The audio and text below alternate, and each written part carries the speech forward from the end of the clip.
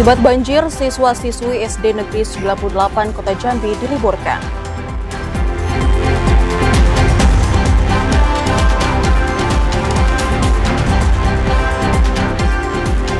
Satu TPS di Kabupaten Bungo akan melakukan pemungutan suara ulang PSU.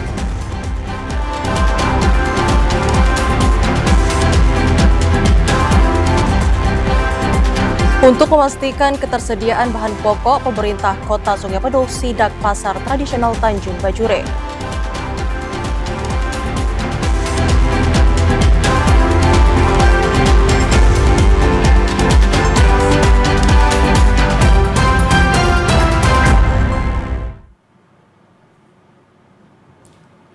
Assalamualaikum warahmatullahi wabarakatuh. Terima kasih Anda masih menyaksikan Jambi hari ini, edisi Selasa 25 Februari 2025. Ya, selain 3 topik utama tadi, tim redaksi kami juga telah menyiapkan sejumlah informasi penting dan menarik lainnya untuk Anda. Bersama saya Chandrika Divani. Dan saya Hambali. Inilah Jambi hari ini selengkapnya.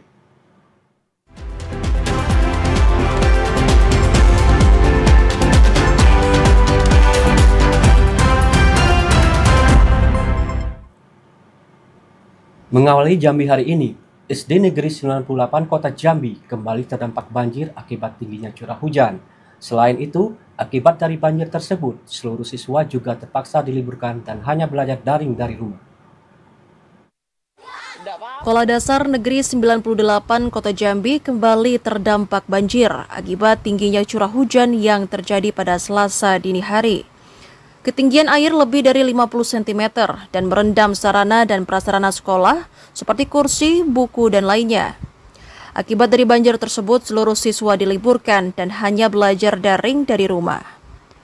Karena gedung sekolah tidak dapat digunakan untuk proses belajar mengajar. Kepala SD Negeri 98 Kota Jambi, Suryani, mengatakan, ini merupakan banjir yang kelima kalinya dalam beberapa hari terakhir. Bahkan seminggu terakhir, siswa tidak pernah belajar di sekolah karena pasca banjir semua bergotong royong membersihkan kelas. Yang kelima kalinya dalam berapa minggu, Bu? Dalam minggu ini. Dalam minggu ini sudah ini, Bu, ya? Kali. Tapi yang parahnya itu kemarin hari Jumat, Minggu, dan hari ini, hari Senin, Selasa, 2 hari. Ini apa Bu yang basah, Bu, untuk sekolah kita ada, Bu? Ya, kursi-kursi, mebel, ada dispenser, ada kipas angin kemarin sempat terendam. Akibat banjir, semua buku basah, kursi, meja itu pun ikut basah, alat-alat drum band juga basah, dan alat-alat yang lainnya. Iya, jadi banyak yang basah ya? Iya, banyak yang basah. Kami berharap semoga pemerintah melihat keadaan SD kami semua.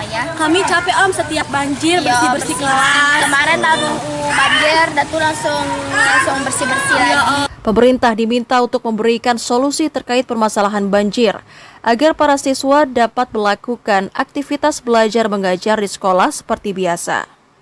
Joko TVRI Jambi melaporkan. Sementara itu, sejak 5 tahun terakhir, SD Negeri 98 Kecamatan Kota Baru, Kota Jambi selalu menjadi langganan banjir.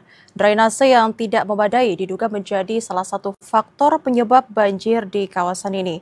Dan untuk mengetahui informasi selengkapnya, saat ini kita telah terhubung dengan reporter TVRI Jambi, Cynthia Permana. Ya, selamat sore Cynthia. Cynthia, silakan dengan laporan Anda. Ya, selamat sore saudara. Saat ini saya berada di depan SD Negeri 98 Kecamatan Kota Baru, Kota Jambi, di mana menurut pengakuan warga sekitar sudah 5 tahun terakhir kawasan ini menjadi langganan banjir. Bahkan Kepala SD Negeri 98 Kota Baru, Kota Jambi, Suryani, mengatakan bahwa sudah sepekan terakhir tidak ada aktivitas belajar mengajar di sekolah ini karena memang seluruh fasilitas yang ada di sekolah ini terendam banjir. Sempat surut pada hari Senin lalu, namun para siswa juga tidak melakukan aktivitas belajar karena harus bergotong royong membersihkan kelas. Namun sayangnya pada Selasa dini hari kembali terjadi hujan dengan intensitas tinggi yang mengakibatkan sekolah ini terendam banjir kembali, sehingga para siswa juga kembali diliburkan dan harus mengikuti pembelajaran secara daring ataupun online. Dan saudara dapat diinformasikan juga bahwa pada hari Minggu lalu di mana banjir yang keempat terjadi, sempat diterjunkan personel dari Dinas Kebakaran Kota Jambi yang menerjunkan 20 orang personel untuk membantu membersihkan atau membantu bergotong royong untuk membersihkan seluruh area ataupun gedung dan sarana dan prasarana yang ada di SD Negeri 98 Kota Jambi ini. Wakil Wali Kota Jambi Dizal Josha juga sempat mengunjungi Sekolah Dasar Negeri 98 Kota Jambi dan menyampaikan bahwa pemerintah Kota Jambi akan berkomitmen untuk memberikan langkah penanganan yang tepat agar diharapkan ke depan banjir tidak lagi terjadi di kawasan ini, karena selain mengganggu aktivitas masyarakat di sekitar sini juga cukup merugikan karena siswa dan siswi terpaksa harus diliburkan dan mengikuti pembelajaran secara daring. Lalu juga masyarakat yang ingin melintasi jalan di depan SD Negeri 98 Kota Jambi ini terpaksa harus memutar karena ditakutkan akan membuat kendaraan menjadi rusak ataupun mogok, karena memang ketinggian air di area depan sekolah ini mencapai 50 hingga 80 cm.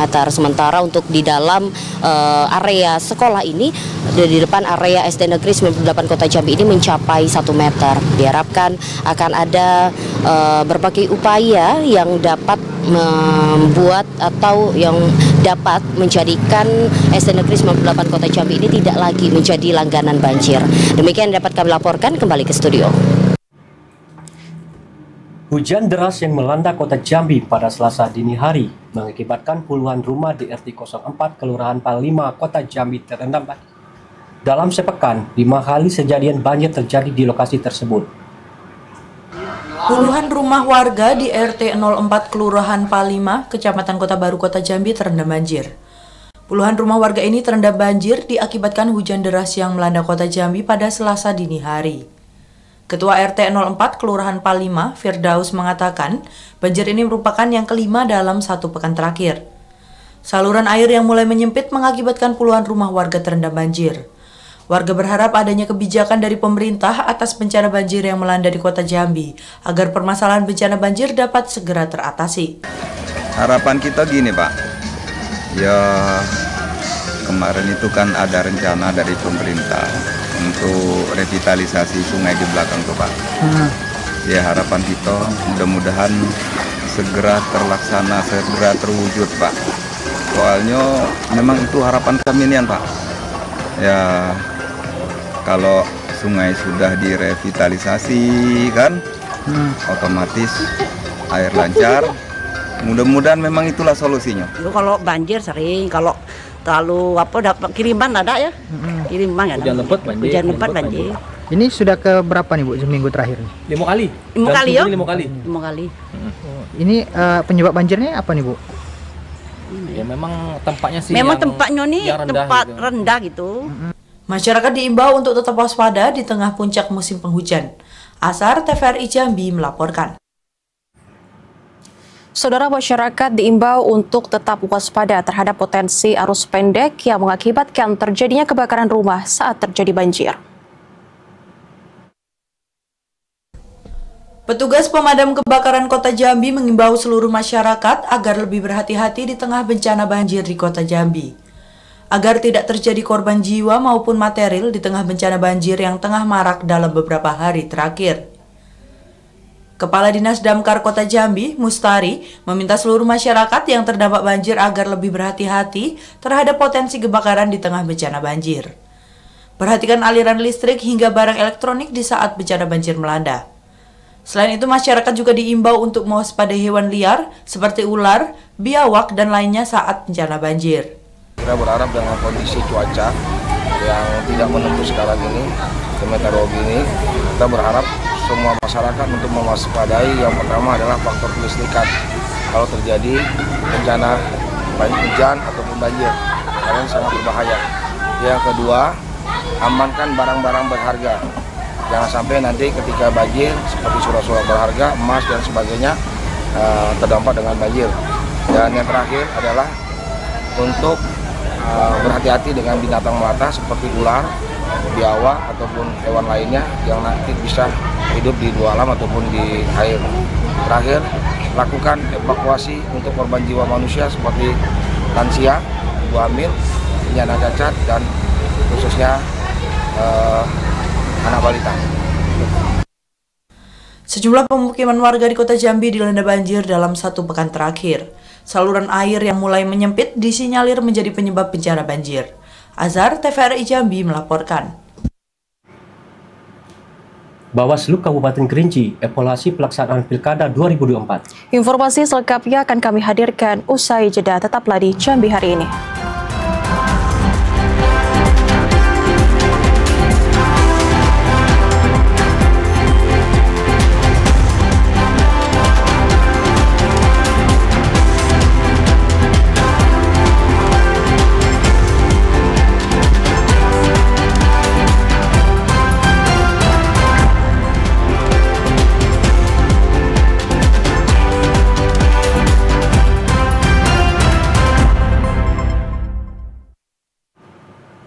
Terima kasih Anda masih di Jambi hari ini.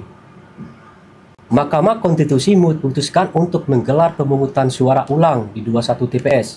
Menindaklanjuti putusan MK tersebut, KPU Bungo akan melakukan koordinasi dengan KPU RI dan KPU Provinsi Jambi. Mahkamah Konstitusi menggelar sidang putusan atas perselisihan hasil pemilihan umum PHPU pada Senin 24 Februari 2025 kemarin. Untuk sengketa pemilihan di Kabupaten Bungo, Mahkamah Konstitusi memerintahkan agar dilakukan pemilihan suara ulang di 21 TPS, paling lama 45 hari sejak ditetapkan.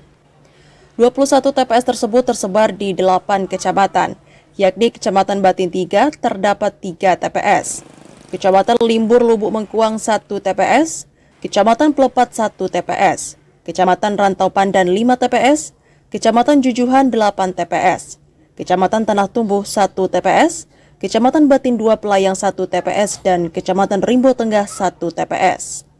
Ketua KPU Bungo Arbidis mengatakan, untuk menindaklanjuti putusan MK tersebut, pihaknya akan melakukan koordinasi dengan KPU RI dan KPU Provinsi Jambi, agar langkah yang diambil sesuai dengan regulasi yang berlaku. Selain itu, KPU Bungo juga menunggu petunjuk teknis lebih lanjut terkait tahapan yang harus dilakukan sebelum pelaksanaan PSU. Kemudian berkoordinasi dengan pemerintah Kabupaten Bungo terkait anggaran yang dibutuhkan untuk pelaksanaan tahapan PSU. Kita sudah mendengarkan putusan yang dibacakan oleh Mahkamah Konstitusi terkait dengan sengketa pilkada di Kabupaten Bungo, yang mana di antara putusannya memerintahkan kepada termohon dalam hal itu kami sebagai KPU Kabupaten Bungo untuk melaksanakan pemungutan suara ulang di 21 TPS.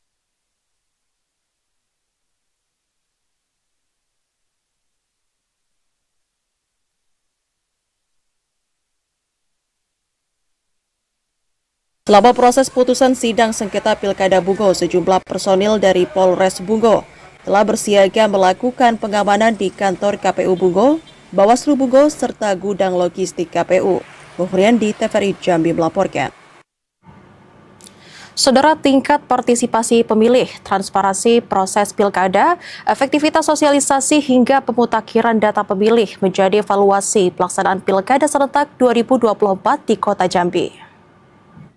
Komisi Pemilihan Umum KPU Kota Jambi telah melakukan evaluasi pelaksanaan Pilkada serentak 2024 melalui forum group discussion.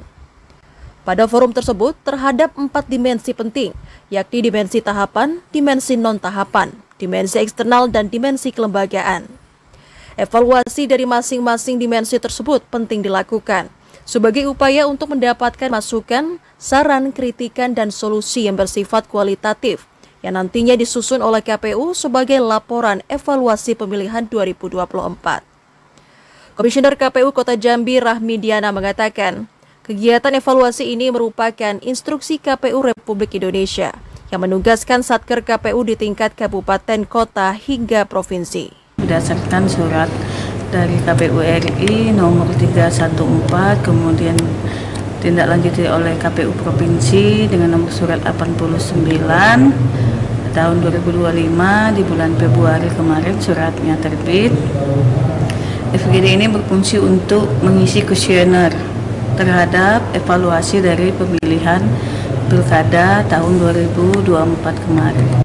Pengamat politik Desi Arianto memberikan analisa mendalam terkait partisipasi pemilih, transparansi proses pemilu, efektivitas sosialisasi yang dilakukan oleh KPU Kota Jambi, termasuk pemutakhiran data pemilih. Nah, dorongan ini yang sedikit ini mempengaruhi, tetapi intinya itu kembali lagi kepada pemilihnya. Karena mau didorong atau tidak, ketika mereka menyadari bahwa memilih itu adalah hak, seharusnya setiap warga negara menggunakan haknya. Dan hak mereka itu dilindungi oleh undang-undang. Karena pemilu itu sebenarnya sarana penegakan kedaulatan rakyat. Jadi bukan hanya sekedar menjalankan rutinitas setiap 5 tahun sekali datang ke TPS milih pemimpin, tapi tidak, hakikatnya adalah menjalankan kedaulatan. Kota Jambi mencatatkan partisipasi pemilih terendah pada Pilkada Serentak 2024 di Provinsi Jambi dengan angka 62,45%.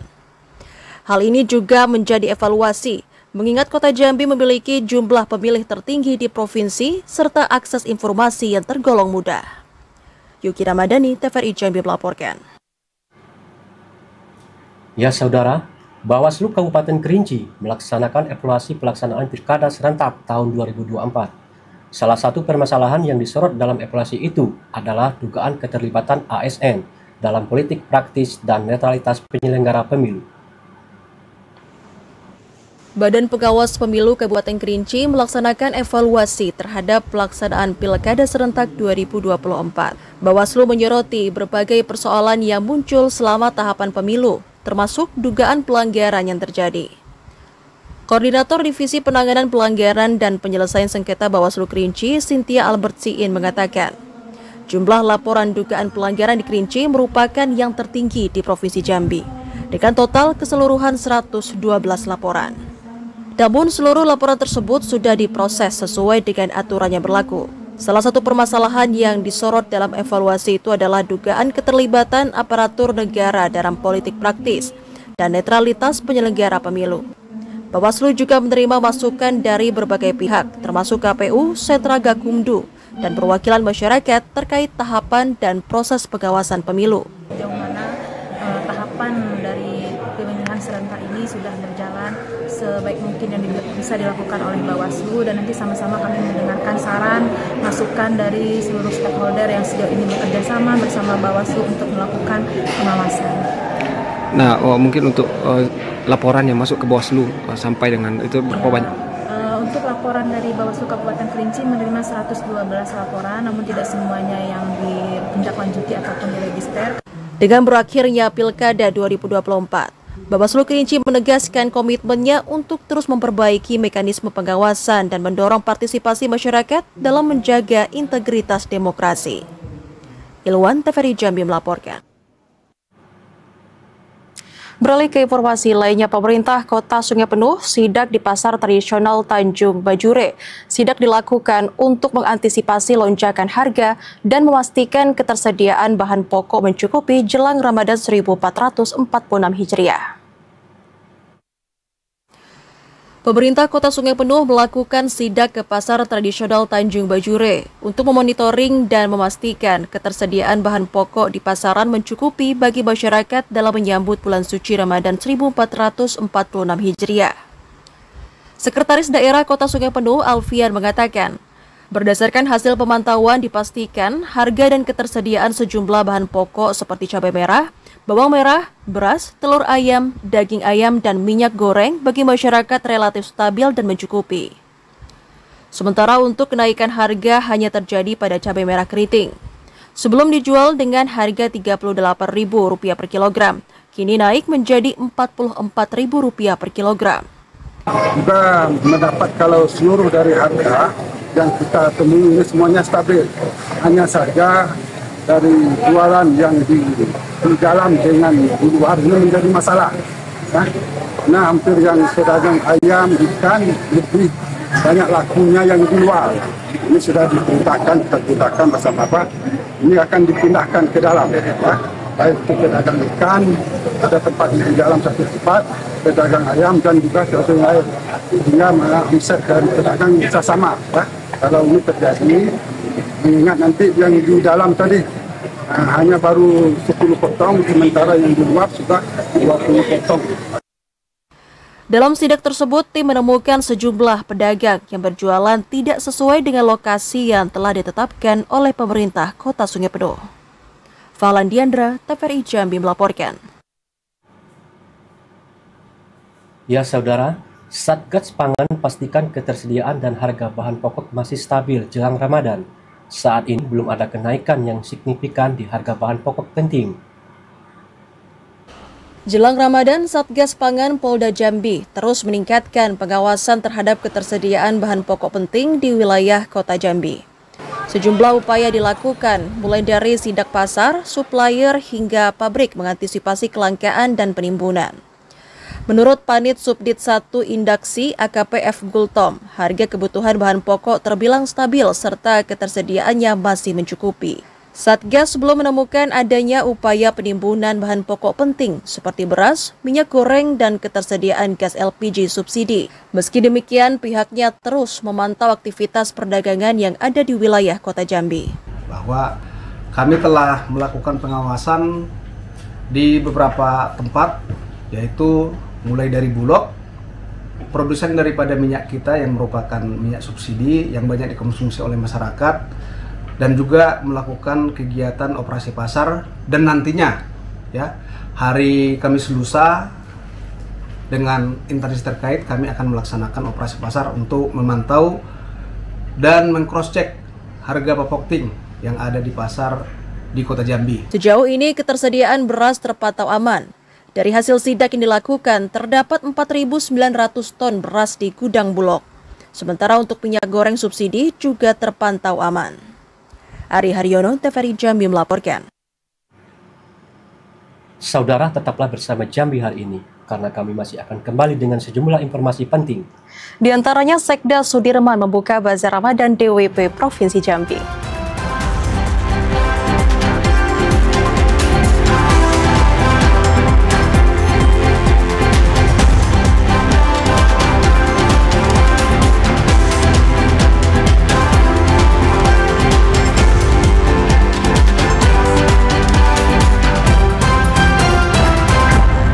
Anda kembali bergabung bersama kami dalam segmen advertorial. Ya saudara, Dharma Wanita Persatuan Provinsi Jambi menggelar Bazar Ramadan. Bazar tersebut untuk membantu masyarakat dan juga pemerintah dalam mengendalikan harga bahan pokok. Sekretaris Daerah Provinsi Jambi Sudirman mengapresiasi penyelenggaraan Bazar Ramadan yang diselenggarakan Dharma Wanita Persatuan Provinsi Jambi sebagai upaya untuk membantu pemerintah dalam mengendalikan harga bahan pokok. Penekanan tersebut diungkapkan Sekda Sudirman saat membuka Bazar Ramadan DWP Provinsi Jambi tahun 2025. Sudirman mengatakan bazar menjadi salah satu model pengendalian inflasi harga bahan pangan di daerah yang efektif saat melonjaknya harga jelang Ramadan. Pelaksanaan Bazar Ramadan juga sebagai langkah alternatif dalam upaya memenuhi kebutuhan bahan pangan masyarakat dengan harga yang lebih terjangkau. Subsidi yang diupayakan pada penjualan bahan pangan saat pelaksanaan bazar akan membantu meringankan beban masyarakat saat menyambut bulan Ramadan. Sudirman menekankan penyelenggaraan bazar dinilai juga dapat menjadi wadah untuk mempromosikan produk-produk para pelaku UMKM daerah yang turut berpartisipasi. Seluruh OPD itu menjual sembako murah gitu. Itu sangat membantu, walaupun ada yang selisih 15.000, 20.000. Ternyata sangat membantu bagi masyarakat dan nyatanya habis terjual. Kami berharap dalam 3 hari ini itu nanti masyarakat masih bisa berbondong-bondong ke DWP Persatuan Provinsi Jambi untuk membeli kebutuhan pokok dengan harga yang murah. Dan kami juga berharap untuk kabupaten kota termasuk juga instansi vertikal untuk melakukan hal yang sama. Ini momennya pas, momen menjelang Ramadan maupun pada saat Ramadan. Sekda Sudirman berharap Bazar DWP Provinsi Jambi dapat menularkan kegiatan serupa pada organisasi perangkat daerah maupun instansi vertikal lainnya dalam upaya membantu masyarakat untuk memperoleh bahan pangan murah jelang puasa. Randy Arta, TVRI Jambi melaporkan. Ya saudara, Wakil Bupati Junaidi Mahir sidak ke pasar tradisional Senggeti Muara Jambi. Junaidi memastikan ketersediaan dan harga bahan pokok jelang Ramadan dalam kondisi aman. Untuk memastikan ketersediaan dan harga bahan pokok jelang bulan suci Ramadan dalam kondisi aman, Wakil Bupati Junaidi Mahir bersama Forkopimda Kabupaten Muaro Jambi pada Senin kemarin mengecek langsung kondisi harga bahan pokok di pasar tradisional Senggeti Muaro Jambi. Wabub Junaidi berdialog bersama beberapa pedagang di pasar terkait dengan harga dan ketersediaan bahan pokok. Dari hasil sidak, pasokan jelang Ramadan dipastikan aman dan terus berupaya agar harga tetap stabil. Para pedagang diimbau untuk tidak menjual sembako di atas harga eceran tertinggi agar daya beli masyarakat meningkat.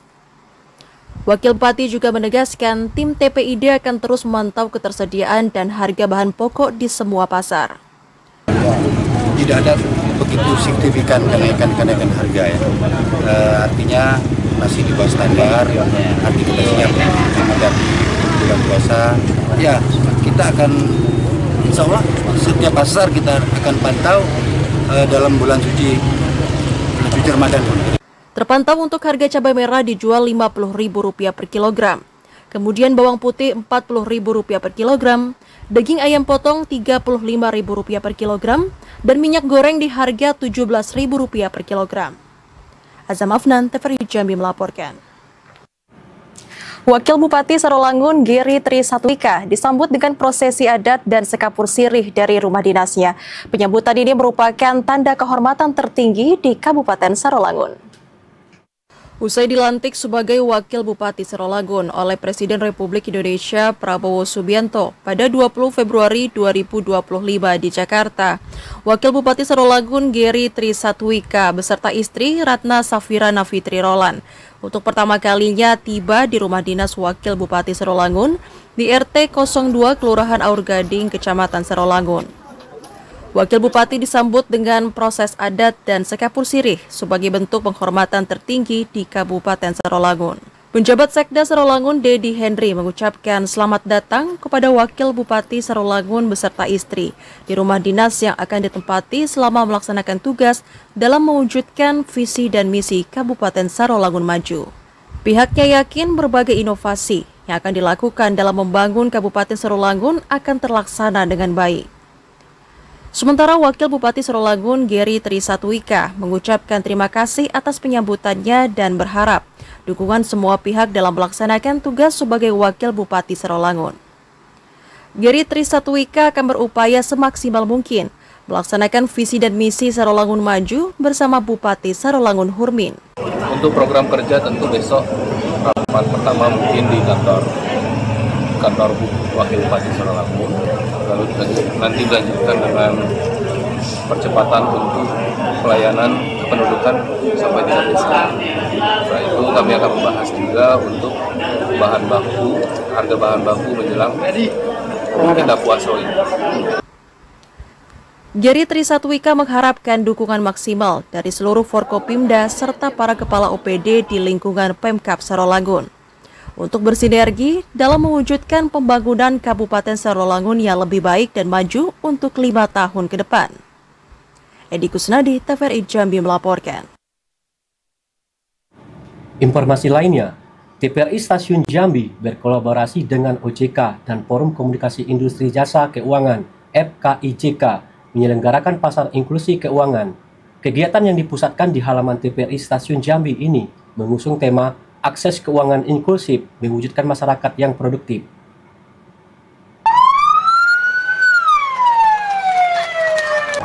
Beginilah suasana Fun Run dan Fun Walk yang digelar Otoritas Jasa Keuangan OJK Provinsi Jambi dan Forum Komunikasi Industri Jasa Keuangan FKIJK yang bekerja sama dengan TVRI Stasiun Jambi. Di tengah hujan gerimis tak menyurutkan ribuan peserta untuk mengikuti Fun Run dan Fun Walk yang digelar di halaman TVRI Stasiun Jambi pada Minggu pagi. Kegiatan yang menempuh rute 2,5 km ini bertujuan untuk meningkatkan kesadaran dan aksesibilitas masyarakat terhadap produk dan jasa keuangan yang bertanggung jawab serta produktif. Selain itu, pasar inklusi keuangan yang diinisiasi oleh OJK dan FKIJK ini juga bertujuan untuk meningkatkan literasi dan inklusi keuangan secara masif dan merata di seluruh Indonesia termasuk di Provinsi Jambi. Selain menyediakan pelayanan produk-produk perbankan, pada kegiatan yang dihadiri Sekda Provinsi Jambi Sudirman dan Direktur Pengembangan Usaha LPP TVRI Retno Wulan Kartiko Purbojati ini juga membuka stand pameran produk-produk kerajinan UMKM dan konsultasi keuangan. Tak hanya itu, pada kegiatan yang menyediakan puluhan door prize menarik ini juga digelar kegiatan Bazar Pangan Murah oleh Perum Bulog Kanwil Jambi. Bazar Pangan Murah ini digelar sebagai wujud kepedulian sosial OJK, FKIJK, dan TVRI Stasiun Jambi untuk membantu meringankan biaya pengeluaran masyarakat dalam memenuhi kebutuhan pangan sehari-hari, terutama menjelang bulan suci Ramadan. Kepala OJK Provinsi Jambi Yan Iswara Rosya mengatakan, kegiatan yang mengusung tema akses keuangan inklusif mewujudkan masyarakat yang produktif ini menjadi salah satu upaya dalam mendukung program literasi dan inklusi keuangan yang masif dan merata. Jadi harapannya itu dengan masyarakat semakin terliterasi dengan baik, mudah-mudahan itu tidak terjerat lagi dengan pinjaman daring yang ilegal, tidak terjerat lagi dari investasi ilegal dan juga judi online. Jadi mudah-mudahan dengan literasi yang baik kemudian akan meningkatkan inklusi dan semua masyarakat itu lebih paham tentang keuangan.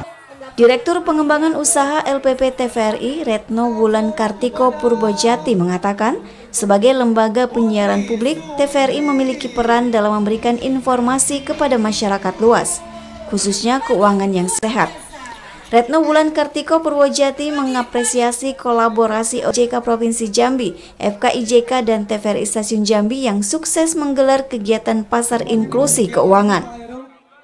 Sangat bagus sekali ya kerjasama TVRI dengan Forum Komunikasi Industri Jasa Keuangan Provinsi Jambi. Jadi TVRI sebagai media publik dapat memberikan informasi mengenai layanan keuangan kepada masyarakat. Dan saya rasa ini harus sering diadakan karena TVRI kan juga harus memberikan informasi kepada masyarakat, khususnya tentang keuangan juga. Sekda Provinsi Jambi Sudirman mendukung dan mengapresiasi pasar inklusi keuangan yang digelar OJK Provinsi Jambi, FKIJK, dan TVRI Stasiun Jambi. Selain untuk meningkatkan pemahaman masyarakat terhadap produk jasa keuangan, kegiatan ini juga bermanfaat untuk meningkatkan perekonomian masyarakat di sektor UMKM. Apa yang digagas oleh OJK bekerja sama dengan TVRI dan juga Forum Jasa Keuangan ini sangat membantu betul bagi pemerintah daerah, teramat khusus untuk tumbuh kembangnya UMKM di Provinsi Jambi, termasuk juga ada sembako murah yang dibantu oleh jasa keuangan yang ada di Provinsi Jambi. Oleh karena itu, sekali lagi atas nama pemerintah Provinsi Jambi mengapresiasi kegiatan ini. Terima kasih. Ini betul-betul membantu masyarakat Provinsi Jambi untuk tetap tumbuh ekonominya, sekaligus juga untuk membangkitkan kembali daya beli masyarakat. Pasar inklusi keuangan yang dipusatkan di halaman TVRI Stasiun Jambi ini dirangkai dengan berbagai kegiatan lainnya, seperti talk show, lomba mewarnai, pembawa acara atau MC cilik, dan menyanyi. Kegiatan dilanjutkan dengan Music for Inclusion yang menghadirkan penyanyi Sonia dan Vokadila. Andri Wijaya, Yazid Santoso, TVRI Jambi melaporkan. Saudara, tetaplah bersama Jambi hari ini, karena kami masih akan kembali dengan sejumlah informasi penting dan menarik lainnya. Di antaranya, Kejaksaan Negeri Sungai Penuh geledah kantor Dishub Kabupaten Kerinci terkait kasus dugaan korupsi.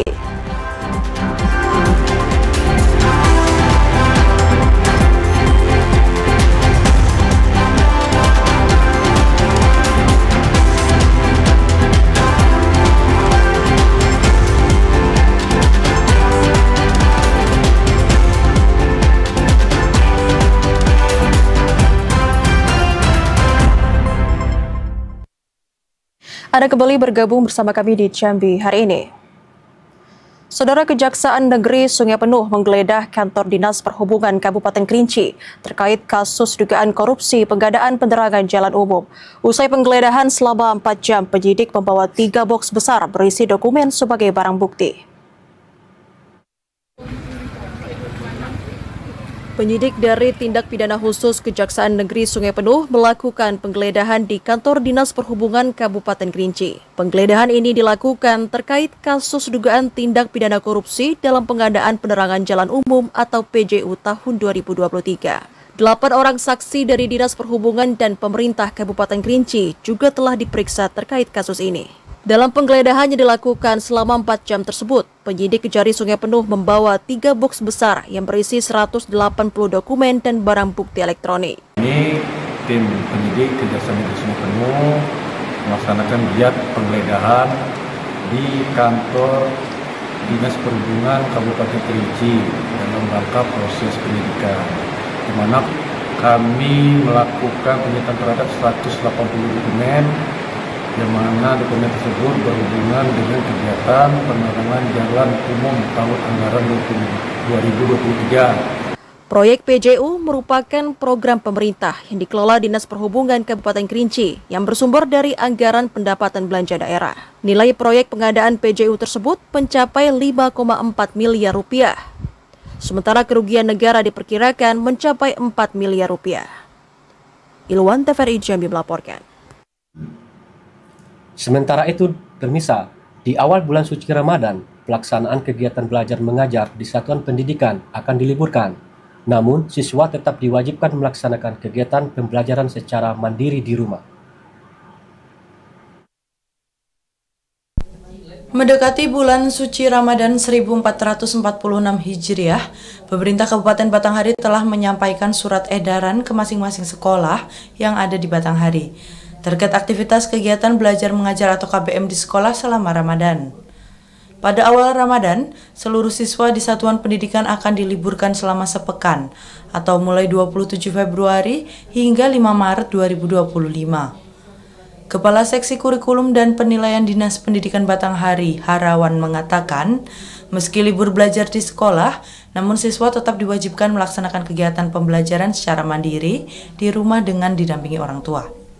Sementara pada tanggal 6 Maret sampai 25 Maret, siswa akan kembali belajar di sekolah, dengan ketentuan pengurangan jam belajar sebanyak 5 menit untuk satu mata pelajaran. Dalam surat edaran itu sudah ditetapkan bahwa dari tanggal 27, 28 sampai tanggal 5 kita libur dalam rangka menghadapi bulan suci Ramadan, ya kan, di awal bulan Ramadan. Namun pada libur itu pelaksanaannya tetap dilaksanakan kegiatan secara mandiri di rumah. Surat edaran pembelajaran selama Ramadan ini ditetapkan melalui surat keputusan bersama 3 menteri, yakni Menteri Agama, Menteri Pendidikan Dasar dan Menengah, serta Menteri Dalam Negeri Republik Indonesia. Adi Juniawan, TVRI Jambi melaporkan. Kita ke sorotan lainnya. Pemerintah Kabupaten Merangin bersama Brigade Pangan mengoptimalisasi 119 hektar sawah di 2 kecamatan dalam Kabupaten Merangin. Lahan persawahan tersebut diupayakan dapat ditanam dan dipanen sebanyak 3 kali dalam 1 tahun. Pemerintah Kabupaten Merangin tidak mewujudkan program cetak sawah pada tahun 2025 karena tidak ada lagi lahan kosong berusia di atas 15 tahun yang berpotensi digarap sawah yang baru. Pemerintah Kabupaten Merangin memaksimalkan lahan persawahan yang ada untuk mendukung program swasembada pangan yang merupakan asta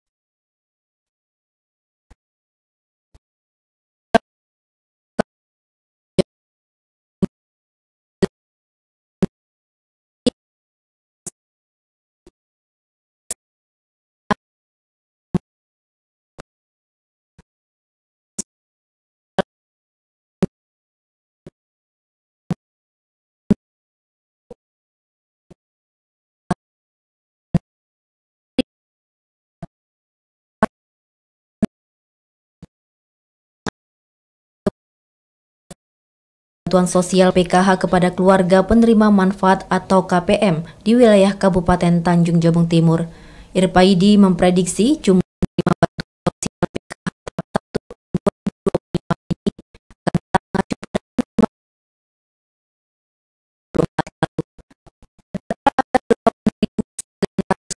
tahap 1 tersebar di 11 kecamatan. Bagi masyarakat yang terdaftar sebagai calon penerima PKH tahun 2025, diharapkan dapat bersabar menunggu pengumuman resmi dari Kementerian Sosial. Setelah data dirilis, pihak PKH Tanjung Jabung Timur akan segera menindaklanjuti untuk proses penyaluran bantuan kepada penerima yang memenuhi syarat.